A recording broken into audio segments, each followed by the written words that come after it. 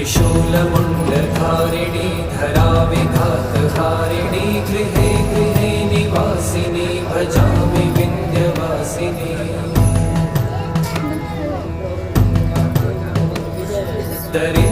दरिद्रदुःखहारिणी सदा विभूतिकारिणी वियोगशोकहारिणी भजामि विन्ध्यवासिनी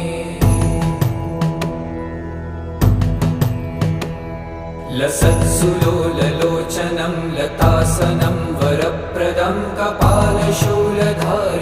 भजामि विन्ध्यवासिनी